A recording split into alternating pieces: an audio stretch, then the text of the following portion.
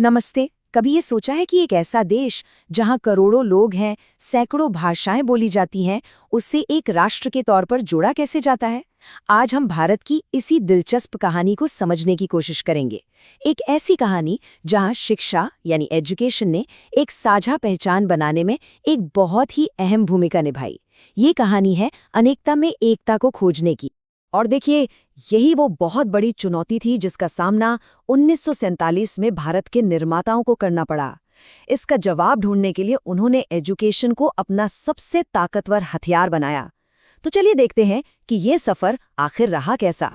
तो इस सफर को समझने के लिए हम इसे कुछ हिस्सों में देखेंगे। शुरुआत करेंगे बिल्कुल आज़ादी के बाद से, जब इसकी नींव रखी गई। फिर 60 से 80 के दशक में जाएंगे, जहां एकता और सबको साथ लेकर चलने की बात हुई।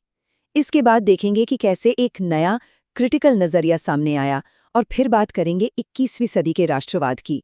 और आखिर में इस सब से एक नागरिक के तौर पर हम कैसे विकसित हुए, इस पर भी थोड़ी बात करेंगे। ये है वो बड़े माइलस्टोन्स, वो नीतियां और कमीशन जिन्होंने भारत में राष्ट्रवाद की पढ़ाई की दिशा तय की। 1949 के राधाकृष्णन कमीशन से लेकर 2020 की नई एजुकेशन पॉलिसी तक हर एक ने इस सोच को एक नया रूप, एक नया आकार दिया। तो चलिए इस कहानी की शुरुआत से शुरू करते हैं। जरा सोचिए, देश नया नया आजाद हुआ है, हर तरफ एक अनिश्चितता का माहौल है। ऐसे में जो देश बना रहे थे उनका सबसे पहला मकसद क्या था? देश को जोड़ना। लेकिन ये काम किसी आक्रामक तरीके से नहीं होना था, ये एक बहुत ही नाजुक संतुलन साधने जैसा था। शुरुआत की जो एजुकेशन कमीशन बने, उनका साफ मानना था कि देशभक्ति का मतलब आंख बंद करके भक्ति करना नहीं होता। नहीं, वो ऐसे नागरिक तैयार करना चाहते थे जो सवाल करें, सोचें और फिर अपने देश से प्यार करें।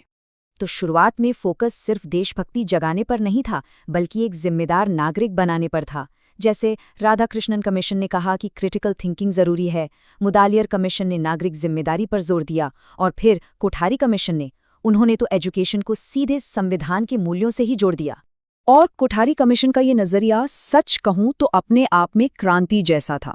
उन्होंने राष्ट्रवाद को सोशल जस्टिस और डेमोक्रेसी से जोड़ा। मतलब उनका मानना था कि एक सच्चा राष्ट्र तो तभी बन सकता है जब वो अपने हर एक नागरिक के लिए बराबर हो। चलिए अब कहानी में थोड़ा आगे बढ़ते हैं। 60 और 80 के दशक के बीच, इस दौर में राष्ट्रवाद की कहानी एक नया मोड़ लेती है। अब फोकस सिर्फ यूनिटी पर नहीं, बल्कि इंक्लूजन यानी सबको साथ लेकर चलने पर आ जाता है। तो हुआ ये कि 1968 की जो national policy on education I, उसके साथ जोर एक मजबूत सेंट्रल गवर्नमेंट और एक सिंगल नेशनल आइडेंटिटी बनाने पे चला गया। मकसद साफ था, पूरे देश को एक धागे में पिरोना।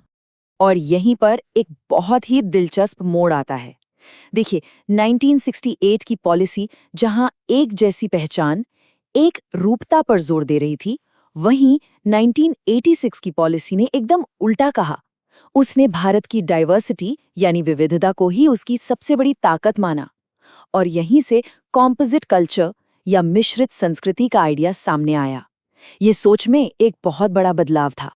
और फिर आता है ये एक वाकया जिसने एजुकेशन में राष्ट्रवाद को लेकर चल रही पूरी बहस का रुख ही मोड़ दिया। सोचिए, अब मकसद देश की तारीफों के पुल बांधना नहीं था, नहीं, बल्कि ये समझना था कि कोई भी देश, कोई भी राष्ट्र आखिर बनता कैसे है। ये रट्टा मारकर देशभक्त बनाने वाली सोच पर एक बहुत करारा जवाब था। और ये जो क्रांतिकारी सोच थी ना, ये हकीकत बनी 2005 के नेशनल करिकुलम फ्रेमवर्क यानी NCF 2005 के साथ। कह सकते हैं कि ये इस पूरी कहानी का सबसे बड़ा टर्निंग पॉइंट था। तो अब फर्क क्या आया? अब मकसद सिर्फ ये सिखाना नहीं था कि मेरा देश महान है, बल्कि बच्चों को ये सिखाना था कि वो सवाल पूछें, हमारा देश जैसा भी है वैसा क्यों है। स्टूडेंट्स को सोचने और सवाल करने के लिए बढ़ावा दिया जाने लगा। ये जो आप देख रहे हैं ना, ये फर्क साफ बताता है कि सोच कितनी बदल गई थी। एक तरफ थी सिर्फ निष्ठा की बात, और दूसरी तरफ सवाल पूछने की हिम्मत। ये एक तरह से ये भी दिखाता है कि भारत का एजुकेशन सिस्टम अब अपने ही नागरिकों पर, अपने स्टूडेंट्स पर ज्यादा भरोसा करने लगा था। चलिए अब आते हैं बिल्कुल आज के दौर में सबसे नई पॉलिसी पर। ये पॉलिसी दशकों से चली आ रही सोच को एक साथ लाने की एक कोशिश है। देखिए, नेशनल एजुकेशन पॉलिसी 2020 एक बड़ा ही दिलचस्प संतुलन बनाने की कोशिश करती है। ये एक ऐसे भारतीय नागरिक को तैयार करना चाहती है जिसे अपने कल्चर और अपनी हिस्ट्री पर तो गर्व हो, लेकिन साथ ही वो एक ग्लोबल सिटीजन भी हो। एक ऐसा नागरिक जो 21वीं सदी के चैलेंजेस का सामना करने के लिए तैयार हो। तो ये पॉलिसी कई चीजों को एक साथ लेकर चलती है। एक तरफ ये ग्लोबल अवेयरनेस की बात करती है, तो दूसरी तरफ हमारी पुरानी भारतीय ज्ञान प्रणालियों यानी IKS को भी अहमियत देती है। इसमें लोकल हिस्ट्री और हमारे अपने क्षेत्रीय हीरो की कहानियों को शामिल करने की बात है। और हाँ, संविधान के मूल्यों और डेमोक्रेसी में भागीदारी पर तो जोर है ही। ये सब मिलाजुलाकर एक मुश्किल लेकिन बहुत जरूरी बैलेंस है। तो इस पूरे 75 साल के सफर के बाद सवाल ये उठता है कि हम आज कहाँ खड़े हैं, हमने क्या हासिल किया है और हमारे सामने आज भी क्या चुनौतियां हैं। चलिए जरा इस पर सोचते हैं। इस पूरी जर्नी से जो एक आइडिया निकल कर आया है उसे हम रिफ्लेक्टिव नेशनलिज्म या विचारात्मक राष्ट्रवाद कह सकते हैं। इसका मतलब क्या है? मतलब बहुत सीधा है, अपने देश से प्यार करो लेकिन आंखें बंद करके नहीं, एक जागरूक, एक जिम्मेदार नागरिक बनकर। हाँ, ये बात तो माननी पड़ेगी कि इस सफर में कामयाबी भी मिली है और चुनौतियां आज भी हैं। एक तरफ एजुकेशन ने देश को जोड़ने और लोगों में एक नागरिक चेतना जगाने का काम किया है, लेकिन वहीं दूसरी तरफ एक खतरा हमेशा बना रहता है कि कहीं इतिहास का राजनीतिकरण न हो जाए या फिर राष्ट्रवाद और हमारे देश की जो विविधता है उसके बीच कोई तनाव न पैदा हो जाए। तो इस पूरी बातचीत का निचोड़ क्या है? निचोड़ ये है कि भारतीय स्कूलों में राष्ट्रवाद सिखाने का आइडिया अब बदल चुका है। ये सिर्फ एकता के नारे लगाने का एक टूल नहीं रहा, बल्कि ये एक ऐसा ढांचा बन गया है जो एक क्रिटिकल, एक जिम्मेदार नागरिक तैयार करने की बात करता है। और आखिर में हम एक बहुत ही जरूरी सवाल के साथ इस चर्चा को यहीं रोकते हैं।